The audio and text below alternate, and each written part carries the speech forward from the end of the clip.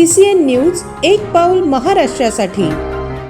बुलढाणा जिल्ह्यातील खांडवी आसलगाव मार्गावर झालेल्या भीषण मोटरसायकल अपघातात एका युवकाचा जागीच मृत्यू झाला असून तिघे जण गंभीर जखमी झालेत। नांदुराकडून आसलगावकडे येत असताना खांडवी समोरील बुलढाणा वेअर हाऊस समोर दोन मोटरसायकलची जोरदार धडक झाली। या अपघातात आसलगाव येथील प्रवीण मोरे वय 21 याचा जागीच मृत्यू झाला, तर त्याच्या सोबत असलेला नितीन कैलास पाखरे वय 22 राहणार आसलगाव तसेच दुसऱ्या मोटरसायकलवरील अमित ढवळे वय 40 राहणार नांदुरा हे देखील गंभीर जखमी झाले असून त्यांना पुढील उपचारासाठी खामगाव येथे हलवण्यात आले आहे। हा अपघात इतका भीषण होता की प्रवीण मोरे हा युवक जागीच मृत्युमुखी पडला।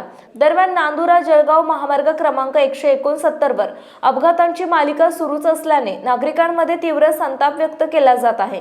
संबंधित प्रशासनाने याकडे तातडीने लक्ष देण्याची मागणी नागरिकांकडून केली जात आहे। या प्रकरणी जळगाव जामोद पोलीस स्टेशनला गुन्हा दाखल करण्यात आला असून पुढील तपास ठाणेदार नितीन पाटील यांच्या मार्गदर्शनात सुरू आहे।